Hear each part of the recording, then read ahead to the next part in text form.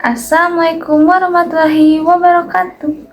Halo, perkenalkan nama saya Putri Ajmin Fajriya dengan NPM 240231250068. Saya adalah mahasiswa program studi manajemen dan bertepatan di kelas manajemen B. Di sini saya akan mempresentasikan tugas mata kuliah pengantar bisnis, yaitu mencari kasus manajemen dalam organisasi. Di sini saya memilih kasus penarikan produk Indomie varian soto 5 kuit di Taiwan pada September tahun 2025 dan bagaimana respon PT Indofood CBP Sukses Makmur Tbk selaku pemilik produk Indomie soto 5 kuit.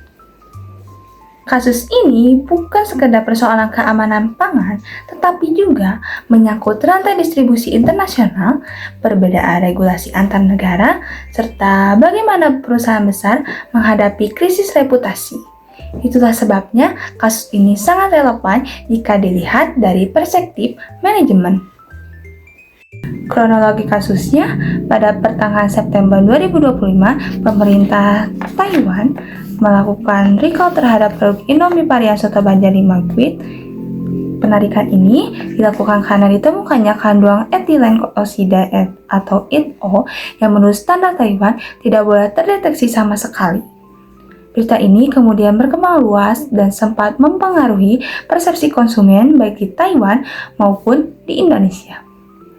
Namun, dalam keterbukaan informasi di Bursa Efek Indonesia pada 16 September 2025, Corporate Secretary Indofood, Bapak Gideon Putro, menyatakan pernyataan yang sangat penting, yaitu Indofood tidak pernah memasarkan atau mengekspor varian soto Banjar 5 kuit ke Taiwan.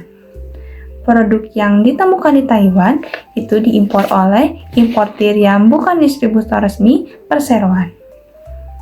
Dari pernyataan ini menjadi titik kunci untuk memahami sumber permasalahan mengapa produk ini bisa ada di Taiwan. Padahal dari pihak Indofood sendiri tidak pernah mengekspor produk Indomie soto 5 kuit ke Taiwan.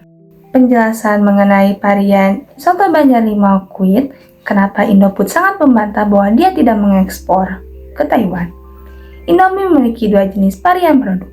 Yang pertama adalah varian internasional dengan rasa yang umum seperti ayam bawang, kari spesial, mie goreng. Lalu ada yang kedua yaitu varian kuliner Nusantara termasuk soto Banjar 5 kuit, soto Makassar, rendang, mie kocok Bandung, dan lain-lain. Nah, varian Nusantara ini hanya dipasarkan di Indonesia karena rasanya yang khas daerah dan rempahnya yang cenderung kuat. Itulah mengapa Indofood menyatakan tidak pernah mengirim varian ini ke Taiwan. Fakta ini menunjukkan bahwa produk yang beredar di Taiwan pasti berasal dari jalur resmi, bukan dari ekspor dari Indofood. Ternyata perbedaan standar regulasi ini menjadi akar masalahnya. Untuk memahami kenapa produk ini dianggap tidak memenuhi ketentuan di Taiwan, kita perlu memahami satu hal penting, perbedaan standar keamanan pangan antar negara. Menurut BPOM yang juga mengeluarkan pernyataan resmi pada 13 September 2025, Taiwan memiliki standar ETO yang sangat ketat, yaitu kadar ETO total harus tidak terdeteksi sama sekali. Sementara itu, banyak negara lain termasuk Indonesia, Uni Eropa, dan Amerika Serikat menggunakan standar yang berbeda. ETO dan 2-chloroethanol atau 2-CE dinilai secara terpisah bukan sebagai batas total. Selama nilai 2-CE memenuhi ambang batas, maka produk dianggap aman.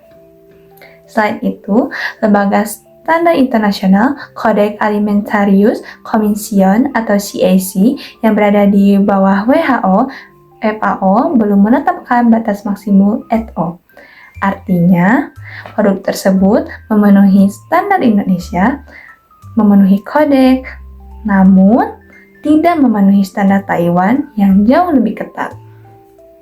Makanya, BPOM menyimpulkan bahwa kasus ini bukan masalah keamanan pangan Indofood, melainkan perbedaan standar regulasi antar negara. Lalu, ini adalah tindakan Indofood dalam menghadapi krisis. Sebagai perusahaan besar, Indofood mengambil langkah-langkah manajemen krisis yang cepat, jelas, dan terukur. Beberapa langkah yang dilakukan adalah: yang pertama, mengeluarkan klarifikasi resmi Bursa Efek Indonesia bahwa produk tersebut bukan bagian dari ekspor resmi. Lalu yang kedua, menegaskan bahwa seluruh produk Indofood telah memenuhi standar BPOM, SNI, Codex, dan diproduksi di fasilitas berstandar internasional seperti ISO 22000 dan PSSC 22000. Yang ketiga, berkoordinasi aktif dengan BPOM Indonesia dan otoritas Taiwan. Yang keempat, melakukan penelusuran terhadap bahan baku dan menyiapkan laporan lanjutan kepada BPOM. Lalu yang kelima, menyatakan bahwa kejadian ini tidak menimbulkan dampak material terhadap operasional maupun keuangan perusahaan. Dari sisi manajemen ini adalah contoh penanganan krisis yang cukup baik, responnya cepat, transparan, dan berbasis fakta. Lalu ada dampaknya terhadap reputasi dan distribusi. Meskipun Indofood menyatakan tidak bersalah, tetap ada beberapa dampak yang perlu dicermati. Yang pertama, ada dampak reputasi.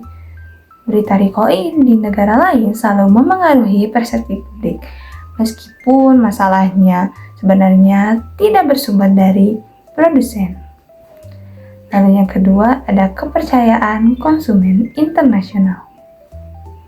Bagi produk global seperti Indomie, persepsi di satu negara dapat memengaruhi persepsi di negara lain. Yang ketiga, ada sorotan terhadap sistem distribusi. Kasus ini menunjukkan adanya potensi kebocoran distribusi, yaitu produk domestik masuk ke luar negeri tanpa kontrol kualitas dan tanpa izin resmi.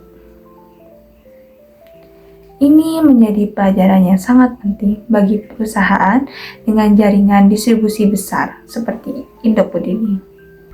Pelajaran manajemen yang bisa dipetik dari kasus ini ada beberapa poin pembelajaran manajemen yang sangat relevan. Yang pertama, pentingnya kontrol rantai pasok internasional. Perusahaan harus memastikan bahwa produk domestik tidak masuk ke luar negeri melalui jalur tidak resmi. Lalu yang kedua, ada reputasi perusahaan sangat mudah terdampak. Bahkan ketika perusahaan tidak bersalah, persepsi publik tetap bisa terpengaruh. Lalu yang ketiga, ada komunikasi krisis harus cepat, jelas, dan berbasis data. Indofood langsung merilis pernyataan lengkap dengan data standar keamanan pangan. Lalu, yang keempat, ada perbedaan regulasi antar negara harus dipetakan sejak awal. Ini penting untuk menentukan strategi ekspor produk tertentu. Yang kelima, ada kerjasama dengan pemerintah sangat penting. Indofood bekerja sama dengan BPOM dan otoritas Taiwan untuk transparansi penuh. Kesimpulannya, kasus penarikan Indomie Soto Banjar 5 Quid di Taiwan pada September 2025 bukan disebabkan oleh kesalahan produksi Indofood, tetapi karena produk ini masuk melalui importir tidak resmi dan tidak sesuai dengan standar regulasi Taiwan yang lebih ketat dari Indonesia.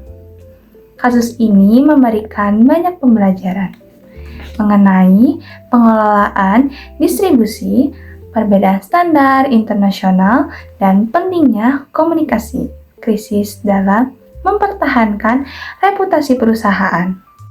Sumber yang saya gunakan berasal dari website Tempo, yaitu penjelasan Indofood soal Indomie di Taiwan mengandung etilen oksida yang dipublikasikan pada 16 September 2025. Demikian presentasi dari saya. Terima kasih telah menonton video ini. Wassalamualaikum warahmatullahi wabarakatuh.